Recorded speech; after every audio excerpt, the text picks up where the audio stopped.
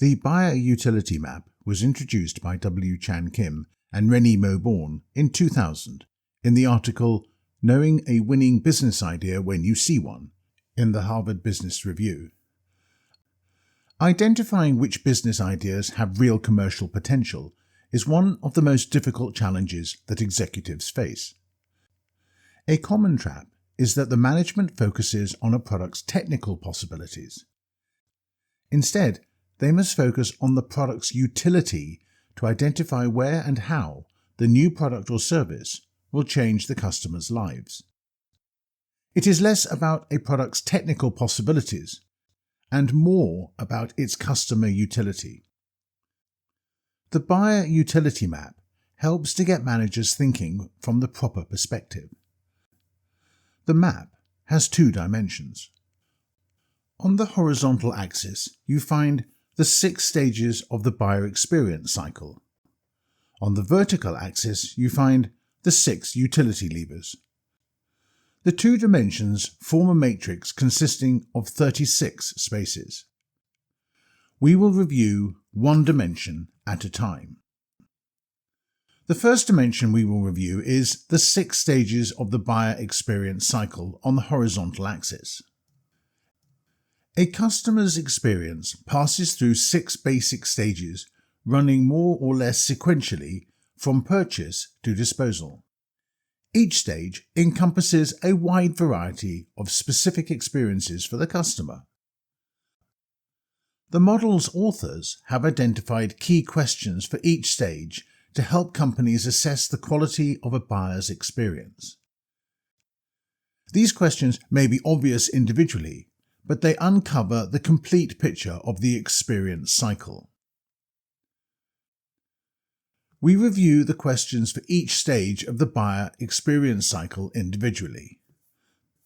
The first stage is purchase. The questions in this stage, which help assess the quality for the customer, are: is the place of purchase attractive and accessible? How secure is the transaction environment? How rapidly can you make a purchase? How long does it take to find the product you need? The questions are relevant in almost all types of purchases, whether online shopping at Amazon.com, shopping at the local market, or purchasing a transport with a container from one continent to another. The second stage is delivery. The questions in this stage are: how long does it take to get the product delivered? How difficult is it to unpack and install the new product? The third stage is use. The questions in this stage are: does the product require training or expert assistance? Is the product easy to store when not in use? How effective are the product's features and functions? The fourth stage is supplements. The questions in this stage are: do you need other products and services to make this product work? If so, how costly are they? The fifth stage is maintenance. The questions in this stage are: does the product require external maintenance? How easy is it to maintain and upgrade the product? The sixth and last stage is disposal. The questions in this stage are: does use of the product create waste items? How easy is it to dispose of the product? These 6 stages of the buyer experience cycle were the first dimension of the map. We will review the second dimension, the 6 utility levers, on the vertical axis.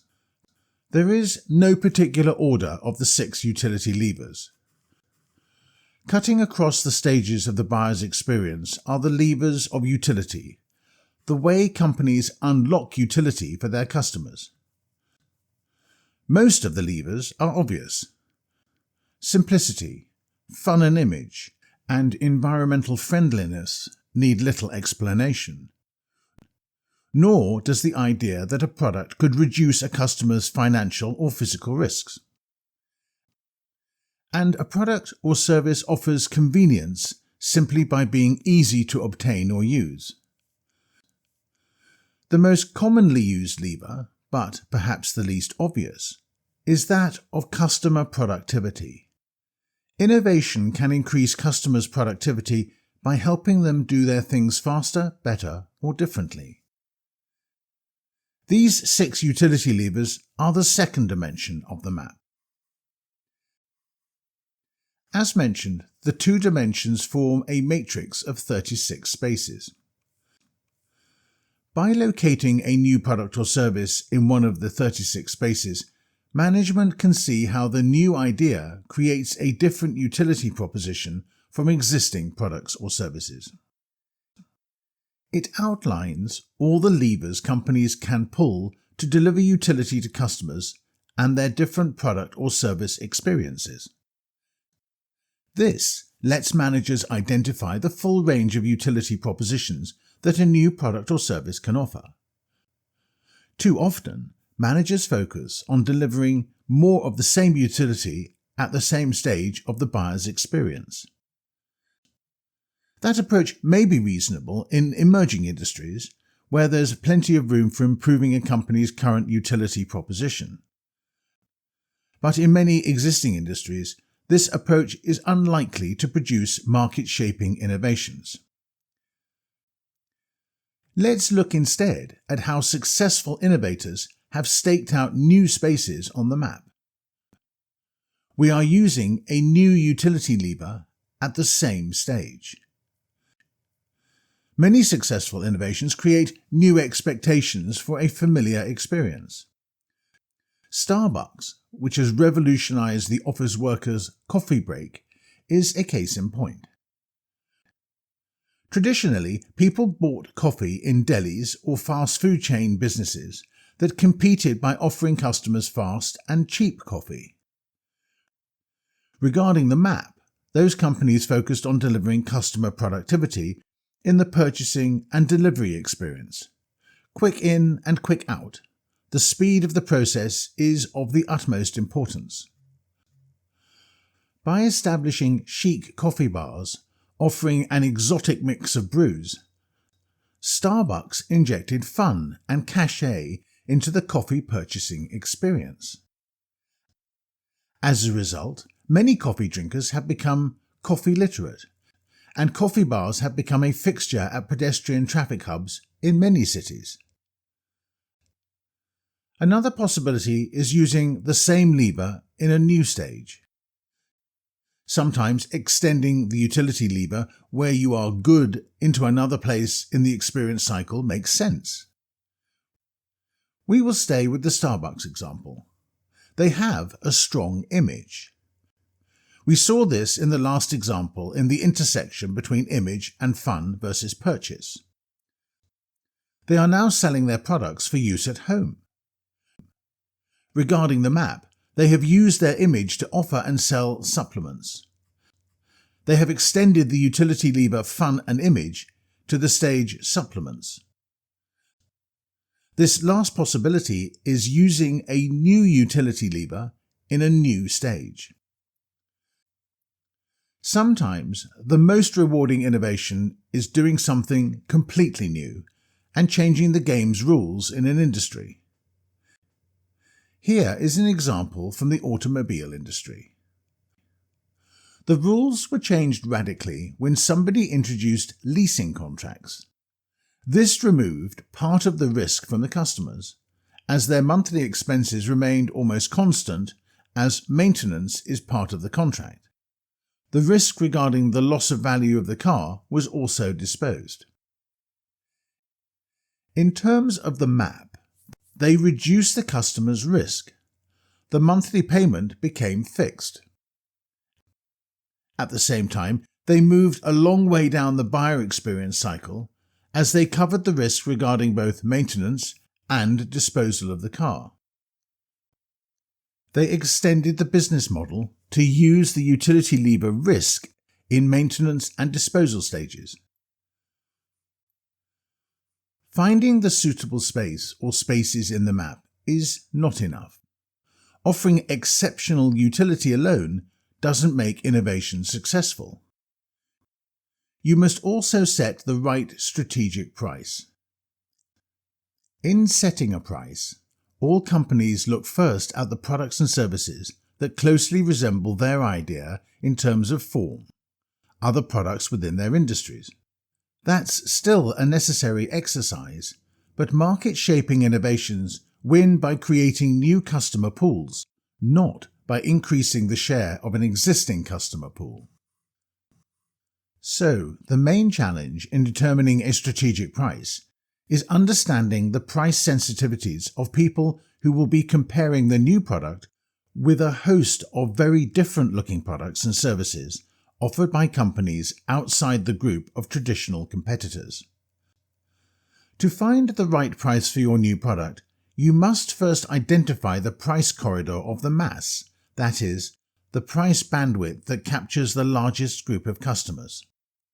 Then, depending on how much legal and resource protection you have, determine how high a price you can set without inviting in competitors with imitation products. You must first analyze if you're placing a product or service in spaces on the map that are either difficult to imitate, relatively easy to imitate, or easy to imitate. The strategic price has to dictate the costs of a new product.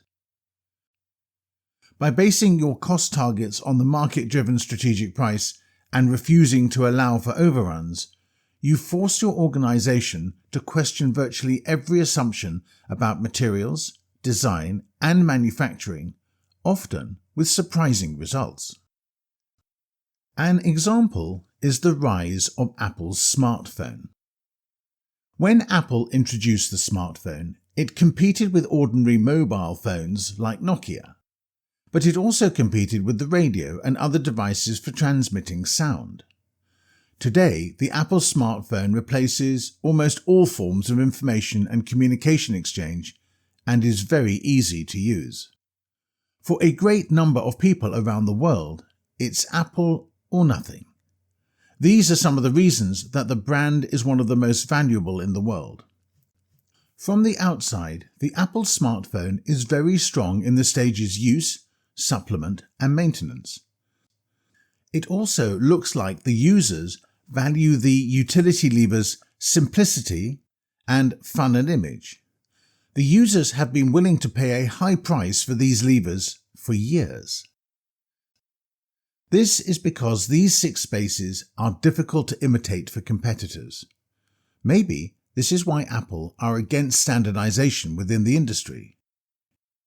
We look back at the examples of Starbucks and the automobile industry. It is relatively easy to imitate Starbucks. We are seeing other coffee shops or similar emerging around Starbucks coffee shops. The leasing contract concept in the automobile industry is easy to imitate. Today, it is a standard product everywhere in the industry. Summary of the 3 examples. It appears that if you have the opportunity, place your offerings in a space with a big pool of people willing to pay a high price. Your offering should also be difficult to imitate. Try to place yourself where there is a high entry barrier, such as technologically advanced products or services, patents, customer loyalty, etc. The 3 examples have very different business models. Starbucks is a regular sale. Apple has service contracts and buyback schemes when purchasing a newer smartphone version. The automotive industry is leasing contracts. What price model should you use when entering a new space in the buyer utility map? Which model creates a more significant profit pool? You have to overcome adoption hurdles. Almost by definition, innovations threaten the status quo and, for that reason, often provoke fear and resistance amongst stakeholders. Ignoring their reaction is a big mistake. A company has 3 main stakeholders. The first is employees. Failure to adequately address employees' concerns about an innovation's impact on their livelihoods can be expensive. The second stakeholder is business partners. Potentially even more damaging than employee dissatisfaction is the resistance of partners who fear that a new idea threatens their revenue streams or market positions. The third is the general public. Opposition to innovation can also spread to the general public, especially if the innovation is the result of a technological breakthrough that threatens established social or political norms. An example with artificial intelligence. Suppose you as a company do not articulate how the introduction of artificial intelligence in your company will affect your employees, your partners, and the general public. You may end up with fear and resistance from all three stakeholders. As with most fears, the way to overcome a fear of innovation is by educating the fearful. Criticism of the model. There is no clear definition of the 6 utility levers. Before using the model, the participants must agree on a standard definition of the terms. The model requires a great deal of knowledge and facts about the competitors in the industry. The model requires a great deal of self-criticism of one's strengths and weaknesses. The advantage of the model is that it forces the management to look beyond common practice in the industry, and management must allocate resources to various forms of innovation to stay ahead of the competition. The company must be ready for change.